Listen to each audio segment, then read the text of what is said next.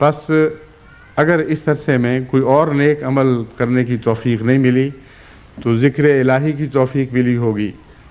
کسی کو نیک نصیحت کرنے کی توفیق ملی ہوگی، غیر کو نہیں اپنی بیوی کو، اپنے بچوں کو، اپنے ساتھیوں کو کوئی اچھی بات کہنے کی توفیق ملی ہوگی۔ اس تمام عرصے میں جو دو نمازوں کے درمیان آپ پر گزرتا ہے، کچھ نہ کچھ تحفہ آپ نے ضرور بنانا ہے، اور وہی تحفہ ہے جو خدا کے حضور پیش کیا جائے گا۔ بس اگر اس پہلو سے سوچتے ہوئے جب نماز میں آپ التحیات للہ والصلوات والطیبات کہتے ہیں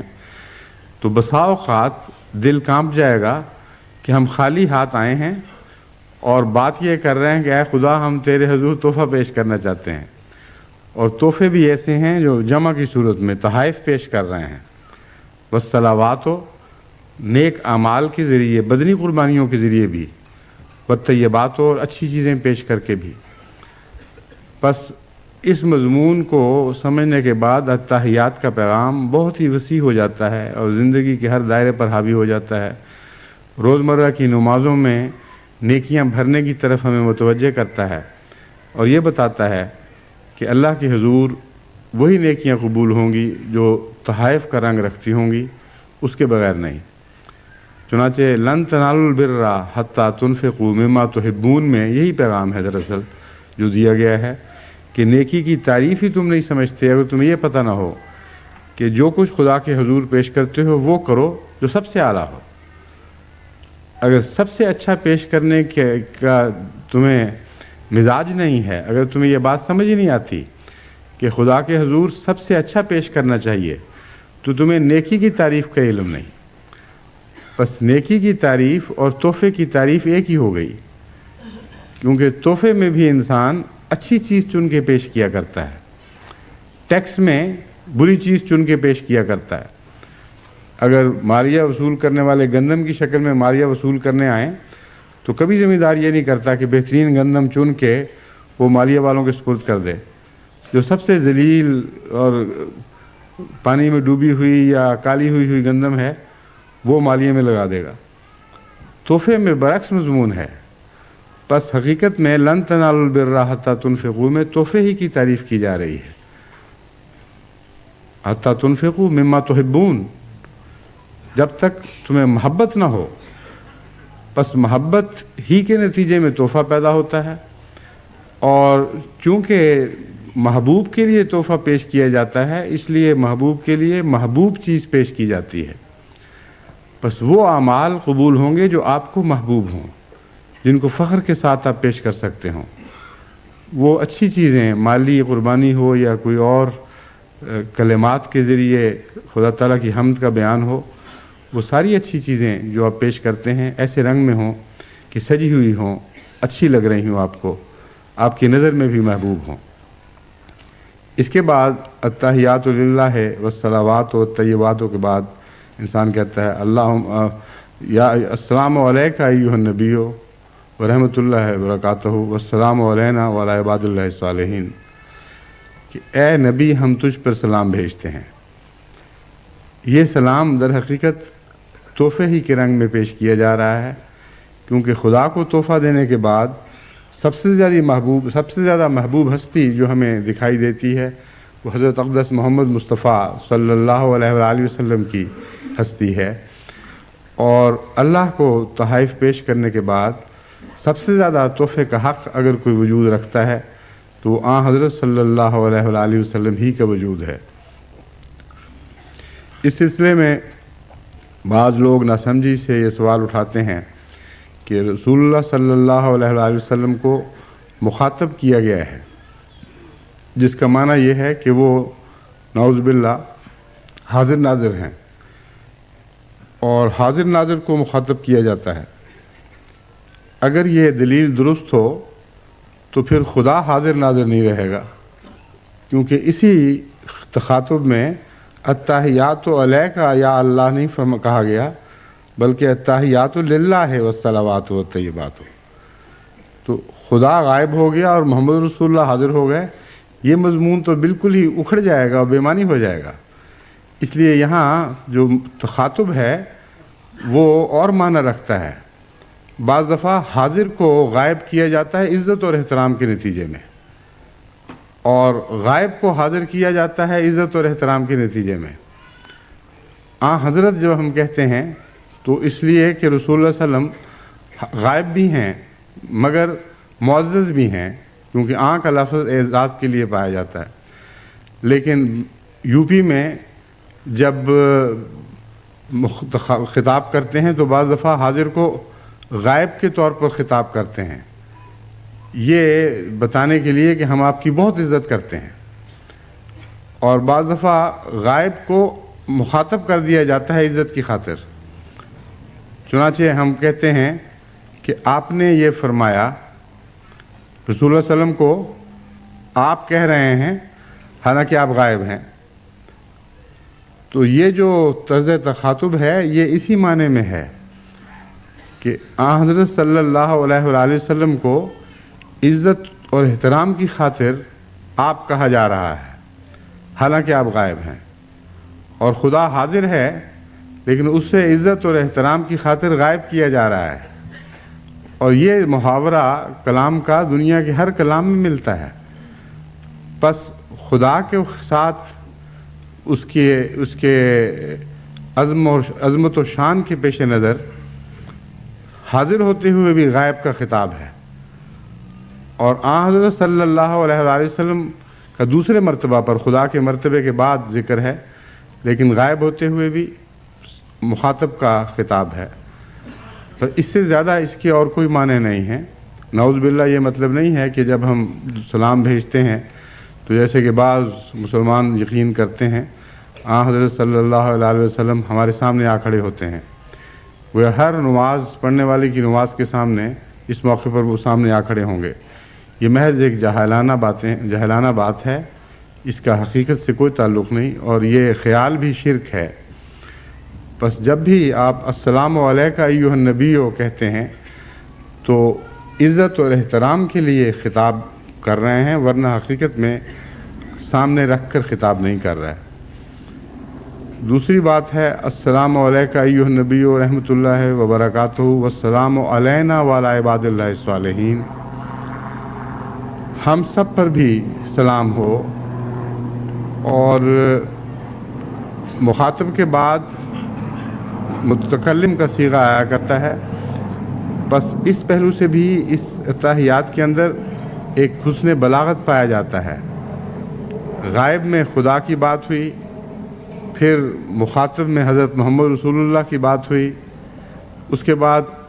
ہم متکلم میں داخل ہو گئے اور اپنے ساتھ تمام مومنین کو شامل کر لیا، خواہ وہ موجود ہوں یا نہ ہوں۔ اس لیے موجودگی کی کوئی بحث نہیں ہے اس مضمون میں، صرف ایک درجہ بدرجہ مرتبے کی بحث گفتگو ہو رہی ہے، اور ایک حسن کلام ہے جو یہ اس شان کے ساتھ اپنے پہلو بدل رہا ہے۔ وعلی عباد اللہ الصالحین، اور پھر تمام صالح بندوں پر سلامتی بھیجی گئی۔ اس مضمون پر جا کر سورہ فاتحہ سے جو ہم نے مضامین سیکھے تھے وہ ایک حصے پہ آ کر اپنے درجہ کمال کو پہنچ گئے، اور خدا تعالیٰ کی حمد کے بعد حضرت صلی اللہ علیہ وآلہ وسلم کی مدح اور ہر قسم کی دعائیں اپنے لیے اور تمام مومنین کے لیے ہم نے اس میں مانگی، اللہ تعالیٰ سے ذاتی تعلقات قائم کیے۔ اب اس کے بعد سوال ہے اشہد ان لا الہ الا اللہ کا کیا موقع ہے، اور اس مقام پر اسے کیوں سجایا گیا ہے۔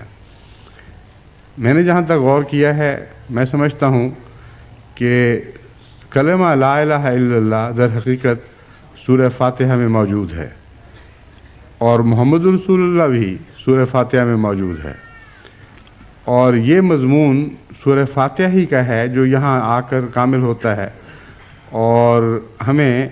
ایک نئی طرز پہ بتایا جا رہا ہے۔ جب ہم کہتے ہیں ایاک نعبد و ایاک نستعین، تو یہاں صرف خدا کا اقرار ہی نہیں کرتے معبود کے طور پر، بلکہ ایاک کہہ کر غیر کی نفی بھی ساتھ کر رہے ہیں۔ تو حقیقت میں لا الہ الا اللہ کا مضمون ایاک نعبد و ایاک نستعین میں بہت شان کے ساتھ گو مختلف لفظوں میں بیان ہو جاتا ہے۔ اس کے بعد جب ہم انعمتا علیہم کے مضمون میں داخل ہوتے ہیں تو سب سے بڑا نبی جس پر سب سے زیادہ انعاموں کی بارش کی گئی وہ حضرت محمد مصطفیٰ صلی اللہ علیہ وآلہ وسلم ہی تھے۔ اسی لیے نماز میں جب ہم یہ دعا مانگتے ہیں کہ ان لوگوں کے رستوں پر چلا جن پر تو نے انعام فرمایا، تو سب سے زیادہ واضح طور پر جو نبی انسان کے ذہن پہ چھا جاتا ہے وہ حضرت اقدس محمد مصطفیٰ صلی اللہ علیہ وآلہ وسلم ہیں۔ آپ ہی ہیں جو ذہن پر چھاتے ہیں، آپ ہی ہیں جو دل میں سما جاتے ہیں، اور حقیقت میں آپ کے نام کے ساتھ باقی سب نبیوں کا نام شامل ہو جاتا ہے۔ بس انعام یافتہ لوگوں میں سب سے اہم ذکر حضرت محمد مصطفیٰ صلی اللہ علیہ وآلہ وسلم کا ہے، اور اسی کا دوسرے لفظوں میں بیان یوں ہوا، لا الہ الا اللہ محمد رسول اللہ۔ تو نماز نے چونکہ درجہ بدرجہ ہماری تربیت کی اور سورہ فاتحہ کا مضمون ہم پر مزید کھلتا چلا گیا، اس مضمون کا معراج یہ کلمہ ہے، اشہد ان لا الہ الا اللہ وحدہ لا شریک لہ واشہد ان محمدًا عبدہ ورسولہ۔ لیکن یہاں یہ کلمہ تجربے کے بعد بیان ہوا ہے، نظریاتی طور پر نہیں۔ سورہ فاتحہ نے ہمیں خدا سے تعلقات کے ایسے تجارب سے گزارا ہے، اور آن حضرت صلی اللہ علیہ وآلہ وسلم کا مقام ہم پر اس طرح ظاہر فرما دیا کہ تحفہ دیتے وقت سب سے پہلے خدا کی ذات کا تصور ذہن میں آیا، اور اس کے مان بعد حضرت محمد رسول اللہ کا تصور ذہن میں آیا۔ بس اسی مضمون نے ہمیں یاد کرایا کہ لا الہ الا اللہ محمد رسول اللہ دو ہی چیزیں ہیں حقیقت میں، باقی سب افسانے ہیں۔ محمد رسول اللہ، اللہ کی ذات اور محمد رسول اللہ، اور باقی وہ ہیں جو ان کے ساتھ جڑے ہوئے ہیں اور ان کے ساتھ تعلق کی بنا پر ان کا وجود بنتا ہے۔ یہاں تک سورہ فاتحہ کا سفر حاضر اور مستقبل کا سفر تھا۔ اس میں مخاطب کیا جا رہا ہے، حاضر کے طور پر دعائیں مانگی جا رہی ہیں، حاضر یا مستقبل کے طور پر۔ اب سورہ فاتحہ آپ کو دوسرے زمانوں کا نماز دوسرے زمانوں کا سفر بھی کرائے گی، اور پہلوں کی یادیں بھی آپ کے لیے لے کر آئے گی۔ چنانچہ آپ دیکھیں شروع سے آخر تک جب تک ہم کلمہ لا الہ الا اللہ نہیں پڑھتے، یہ شہادت نہیں دیتے، اس وقت تک ہماری دعائیں ساری حاضر اور مستقبل سے تعلق رکھنے والی دعائیں ہیں۔ ان معنوں میں آن حضرت صلی اللہ علیہ وآلہ وسلم پر دعا بھیجتے وقت بھی آپ کو ماضی کے وجود کے طور پر مخاطب نہیں کیا گیا، بلکہ ایک حاضر وجود کے طور پر مخاطب کیا گیا ہے۔ اور اس کا ایک معنی یہ بھی ہے کہ آپ کا زمانہ زندہ ہے، آپ ایک ایسے زندہ نبی ہیں جو زمانی لحاظ سے ماضی میں نہیں رہے، بلکہ حال کے بھی نبی ہیں اور مستقبل کے بھی نبی ہیں۔ اس لیے اس اب تک کا جو مضمون تھا وہ چونکہ حاضر اور مستقبل کے زمانے سے تعلق رکھتا تھا، اس لیے آپ کا ذکر ان لوگوں میں کیا گیا۔ اب ماضی کی طرف بھی سورہ نماز ہمیں لے کے جاتی ہے، چنانچہ اس کے بعد ہم جب درود بھیجتے ہیں تو کما صلیت علی ابراہیم وعلی آل ابراہیم انک حمید مجید کہہ کر ماضی کے نیک لوگوں کے لیے بھی دعائیں مانگتے ہیں۔ چنانچہ آن حضرت صلی اللہ علیہ وآلہ وسلم کے بعد سب سے زیادہ جس کا حق ہے کہ اس پر سلام بھیجا جائے وہ حضرت ابراہیم علیہ السلام ہیں۔ ابراہیم علیہ السلام ابو الانبیاء بھی کہلاتے ہیں۔ حضرت ابراہیم علیہ السلام وہی بزرگ نبی ہیں جن کی اولاد میں حضرت اقدس محمد مصطفیٰ صلی اللہ علیہ وآلہ وسلم پیدا ہوئے۔ آپ وہی بزرگ نبی ہیں جن کی دعاؤں کو خدا تعالیٰ نے قبولیت کا شرف بخشا، اور آن حضرت صلی اللہ علیہ وآلہ وسلم آپ کی دعاؤں کا بہترین ثمر ہیں۔ بس اس تعلق کو ظاہر کرنے کے لیے اور یہ بتانے کے لیے کہ تم اگر اپنے محسنوں کے لیے دعا کرتے ہو اور ان کو لیے تحائف پیش کرتے ہو تو ایک سابق بڑے عظیم محسن کو بھی یاد رکھنا، اور وہ ابراہیم ہیں، اور ان کے حوالے سے حضرت پھر حضرت محمد رسول اللہ صلی اللہ علیہ وآلہ وسلم پر سلامتی بھیجو۔ تو سلامتی تو ہم دراصل حضرت صلی اللہ علیہ وآلہ وسلم پر بھیج رہے ہیں، لیکن حضرت ابراہیم کا وجود حضرت صلی اللہ علیہ وآلہ وسلم کے وجود کے ساتھ منسلک کر کے حضرت ابراہیم کو بھی بہت ہی عظیم خراج تحسین پیش کرتے ہیں۔ اور کما صلیتا میں جاری سلامتی ہے، کوئی ماضی کی سلامتی نہیں ہے۔ یہ مضمون بھی لوگ غلط سمجھتے ہیں۔ واقعہ یہ ہے کہ یہ مراد نہیں ہے کہ جس طرح حضرت ابراہیم پر سلامتی بھیجی گئی تھی اور ختم ہو گئی، اسی طرح رسول اللہ صلی اللہ علیہ وسلم پر سلامتی بھیج۔ اگر ایسی محدود سلامتی رسول اللہ صلی اللہ علیہ وسلم کے لیے مانگنی ہے تو اس سے نہ مانگنا بہتر ہے۔ کما صلیتا میں دراصل چونکہ ماضی کا واقعہ ہے، ماضی میں سلامتی شروع ہوئی تھی، اس لیے ماضی کا صیغہ بولا گیا ہے، ورنہ ہرگز یہ مراد نہیں کہ وہ سلامتی رسول اللہ صلی اللہ علیہ وسلم کے وقت پر آ کر ختم ہو گئی، بلکہ قرآن خود بتا رہا ہے کہ حضرت ابراہیم کا نام سلامتی کے ساتھ قیامت تک لیا جائے گا، آخرین میں بھی سلامتی سے آپ کو یاد کیا جائے گا۔ بس اس طرح اس درود کا مطلب یہ بنے گا کہ اے خدا تو حضرت محمد مصطفیٰ صلی اللہ علیہ وآلہ وسلم پر اسی طرح ہمیشہ جاری رہنے والی سلامتیاں بھیج، جس طرح ابراہیم پر تو نے ہمیشہ جاری رہنے والی سلامتیاں بھیجی تھیں، جس طرح ابراہیم کی نسل میں تو نے بہت عظیم الشان پھل لگائے، اسی طرح محمد مصطفیٰ صلی اللہ علیہ وآلہ وسلم کی نسل میں بھی بہت ہی عظیم الشان پھل لگا۔ جس طرح ابراہیم اور ابراہیم کی اولاد سے تو نے محبت کی اور ان سب سے محبت کی جو ابراہیم کے پیچھے چلنے والے تھے، اسی طرح محمد مصطفیٰ صلی اللہ علیہ وآلہ وسلم اور آپ کی اولاد اور ان سب سے محبت فرما جو آپ کے پیچھے چلنے والے ہیں۔ بس ان معنوں میں درود شریف میں حضرت ابراہیم کا ذکر ایک اور رنگ بھی اختیار کر لیتا ہے، اور چونکہ ایک ماضی کے محسن کا ذکر ہے، اس لیے نماز کی دعا زمانے میں وسیع تر ہو جاتی ہے اور اس کا تعلق ماضی سے بھی شروع ہو جاتا ہے۔ اسی تعلق کی بنا پر آگے چل کر آپ کو اپنے والدین کے لیے بھی دعا سکھا دی گئی۔ رب اجعلنی مقیم الصلاۃ ومن ذریتی میں پہلے اولاد کا بتایا، دیکھیں سارے زمانے اکٹھے کر دیے ہیں۔ رب اجعلنی مقیم الصلاۃ، اے خدا مجھے نماز کا قائم کرنے والا بنا دے، ومن ذریتی، اور میری اولاد کو بھی نماز پر قائم کر دے۔ ربنا وتقبل دعا، اے میرے رب، اے ہمارے رب، ہماری دعا کو قبول فرما۔ رب اغفر لی ولوالدی وللمؤمنین یوم یقوم الحساب، اے خدا مجھے بھی بخش دے اور میرے والدین کو بھی بخش دے۔ تو جس طرح روحانی طور پر حضرت صلی اللہ علیہ وآلہ وسلم کے والدین کا ذکر کیا گیا، اسی طرح دعا کرنے والے نے اپنے والدین کا بھی ذکر کیا کہ مجھے بھی بخش، میری اولاد کو بھی بخش اور میرے والدین کو بھی۔ تو حضرت ابراہیم اور حضرت صلی اللہ علیہ وآلہ وسلم اور آئندہ نسلوں کا جو تعلق روحانی طور پر ہمارے سامنے پیش کیا گیا ہے، اس دعا میں ویسا ہی اپنی اولاد کے ساتھ، اپنے ساتھ اور اپنے والدین کے ساتھ ایک تعلق دکھا کر اس کی دعا سکھا دی گئی۔ بس نماز کو اگر آپ غور سے پڑھیں تو ایک لامتناہی مضمون ہے جو کبھی ختم نہیں ہو سکتا، اور یہ ناممکن ہے کہ ہر نماز میں نماز کا ہر پہلو سے حق ادا ہو۔ اس لیے کہیں نہ کہیں آپ کو کسی جگہ ٹھہر کر نماز کی لذت حاصل کرنی ہوگی، اور یہ آپ کے مزاج اور حالات کے مطابق ہے۔ ہر لفظ پر اگر آپ ٹھہریں اور اس طرح غور کر کے نماز پڑھیں تو ایک ہی نماز 24 گھنٹے چلتی رہے گی، اور یہ ممکن نہیں ہے۔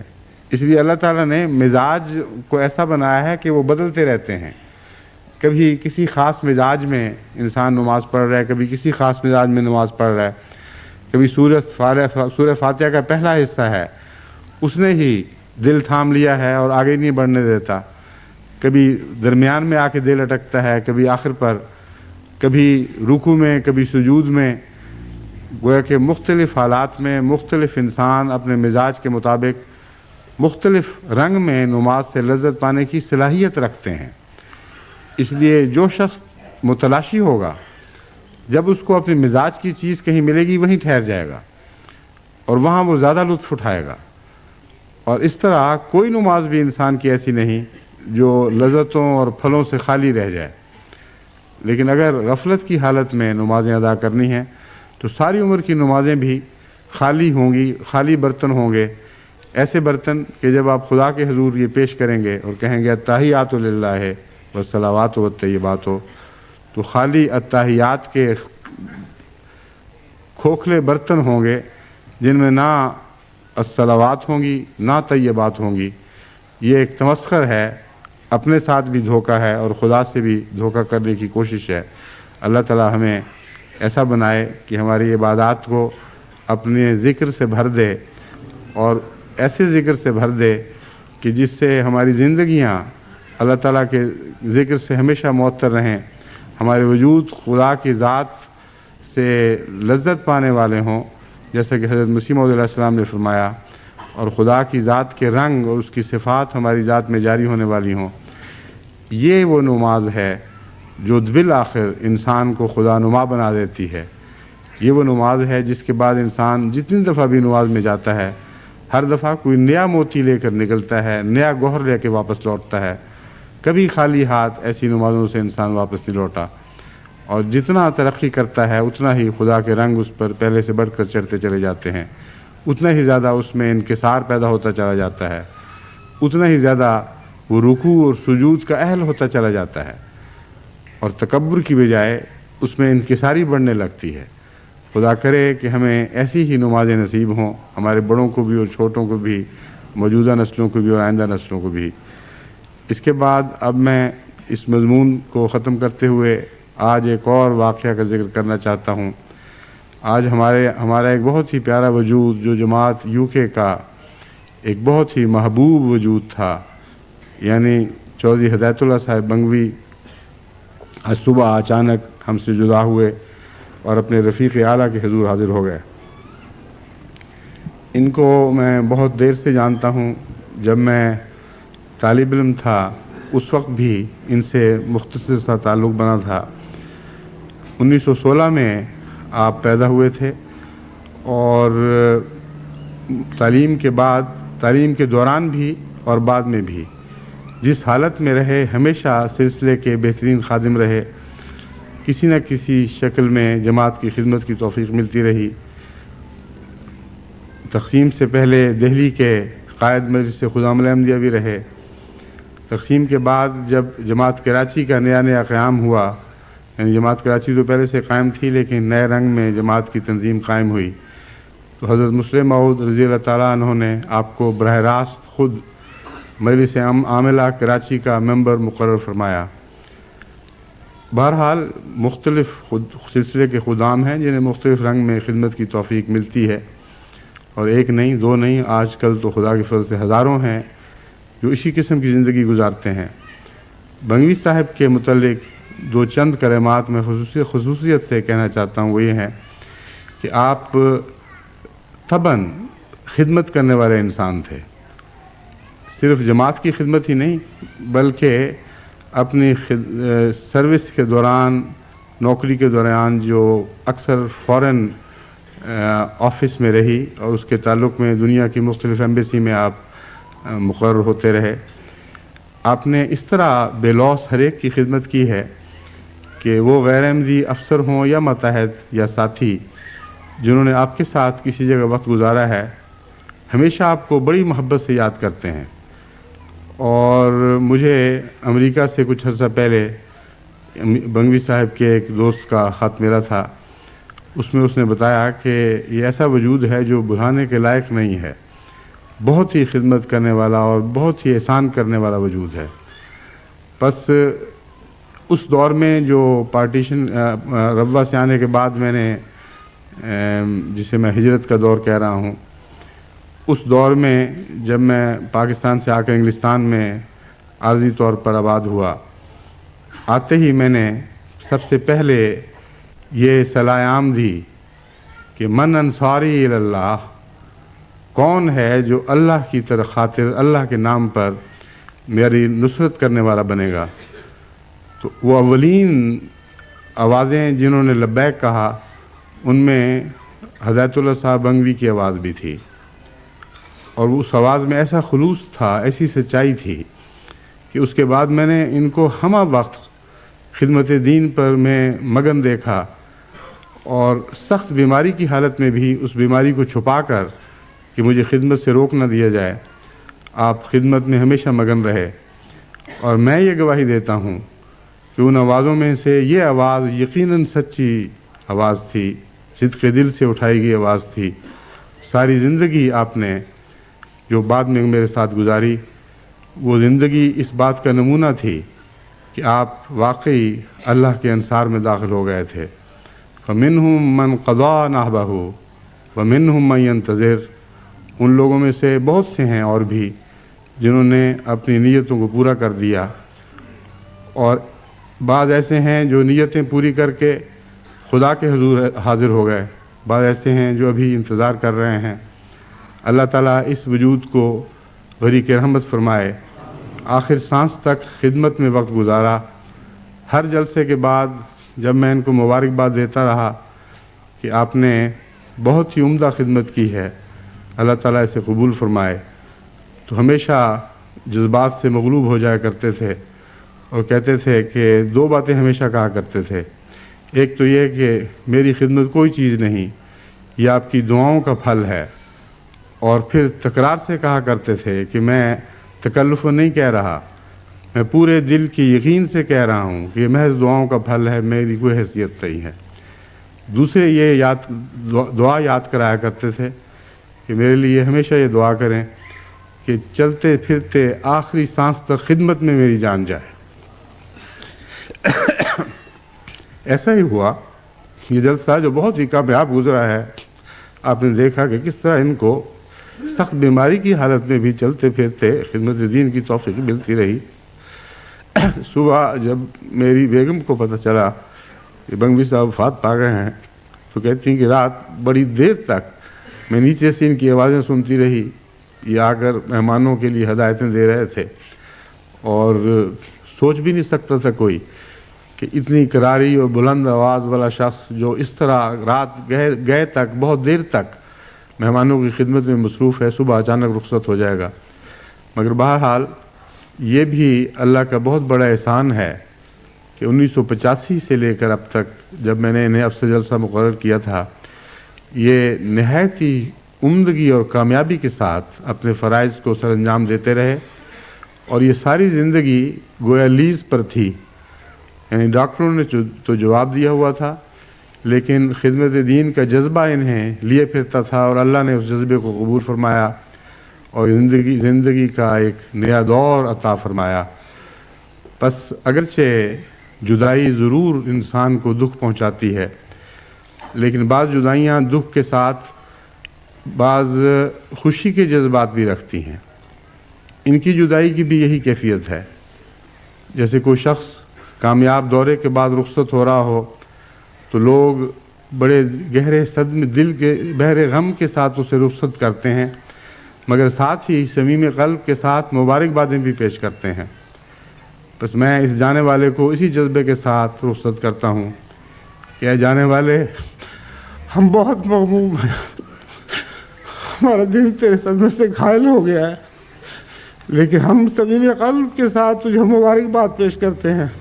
تو نے ایک کامیاب احمدی کی زندگی گزاری، اور ایک کامیاب احمدی کی حالت میں آخری سانس تک زندہ رہا، اور اسی حالت میں جان آفرین کے سپرد کی۔ اللہ بے شمار رحمت ان پر نازل فرمائے، اور اس ٹیم کو انہی نیکیوں پر قائم رکھے جس ٹیم کو انہوں نے بڑی محنت اور خلوص اور دعاؤں کے ساتھ تیار کیا ہے۔ ان کا نعم البدل ہمیں عطا کرے، ان کی اولاد کو توفیق بخشے کہ وہ ان کی خوبیوں کو اپنی ذات میں زندہ کر کے انہیں نئی زندگی عطا کریں۔ جہاں تک جماعت احمدیہ کا تعلق ہے، اس تاریخ میں وہ انشاءاللہ ہمیشہ زندہ رہیں گے۔ اللہ تعالیٰ ان کو اور ان کی اولاد کو ہمیشہ اپنے فضلوں سے وارث بناتا رہے، اور ان کی روح کو اعلیٰ علیین میں جگہ عطا فرمائے۔ اس کے بعد میں مختصر یہ اعلان کرنا چاہتا ہوں کہ جمعے کے بعد انشاءاللہ ان کا جنازہ ہوگا۔ اس کے ساتھ کچھ جنازہ ہے غائب بھی ہوں گے، جن کا اعلان غالباً پہلے کیا جا چکا ہے۔ اور میری خواہش تھی کہ اسی جلسے کے اختتام پر اسلام آباد ہی میں ان کا جنازہ ہو، چنانچہ اس خواہش کے پیش نظر ان کے عزیزوں نے بہت محنت کر کے بہت جلدی ان کو غسل دیے اور تیار کیا۔ بس آپ سب لوگ جمعے کے بعد اسی جگہ کھڑے رہیں، سوائے ان چند ساتھیوں کے جو میرے ساتھ باہر جا کر ان کے نعش کے سامنے کھڑے ہو کر وہاں جنازہ پڑھیں گے، باقی آپ اسی طرح صفوں میں کھڑے ہو جانا۔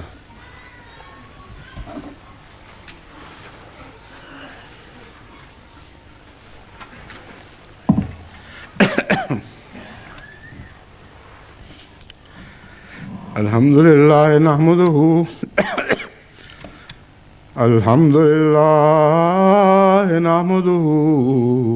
ونستعینہ ونستغفرہ